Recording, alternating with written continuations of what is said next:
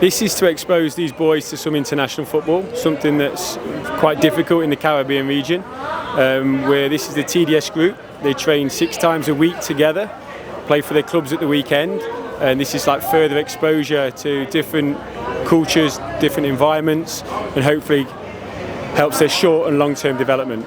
We'll play we'll have 7 games in the Netherlands. We'll play some amateur clubs. We'll play against Utrecht in NEC, professional clubs, building on the experience that they had last year against some professional clubs in the Rotterdam region. We're unsure. We've not seen the level of some of these clubs. We understand that they'll be the best players in the region, and that's what the players will come up against in international tournaments. They'll come up against the best players in their country. The idea of playing it in the Netherlands is it will be able to link up with some of our boys in the Netherlands that are also eligible to play for Aruba. So we're building that connection from a young age. I thought they dealt with it really well. We were really early in the project. We just probably had about 4 to 6 weeks of full-time training. It was a little bit of a shock, a different level than they'd been exposed to previously.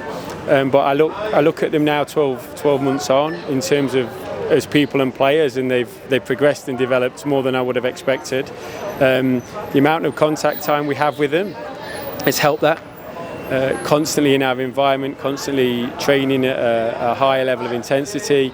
And again, this project is all about the long-term goals. So we're trying to strengthen the senior national team. We understand all these players may not get to that level, but hopefully the discipline and the ability to sort of self-motivate will hold them in good stead for their life skills as well. We have like a department in the Netherlands, so we do have 2 boys that are eligible for Aruba that have been selected in the Future Orange, as they call it.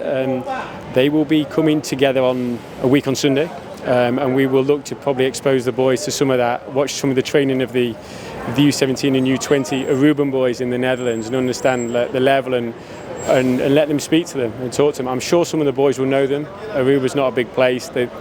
Everyone's connected to the clubs and the competitions here. And the boys are really aware of it. They have boys that they played within their clubs now playing in the Netherlands. We have boys from this scheme now playing in the Netherlands already. It's a natural progression, whether that's for football or educational reasons, or even the family choose to move there for different reasons. So it's something that we're really aware of. It's something we want to expose the boys to because it's part of our strategic plan, and it is a development pathway. It's not the only one, but it is the strongest one due to the passport.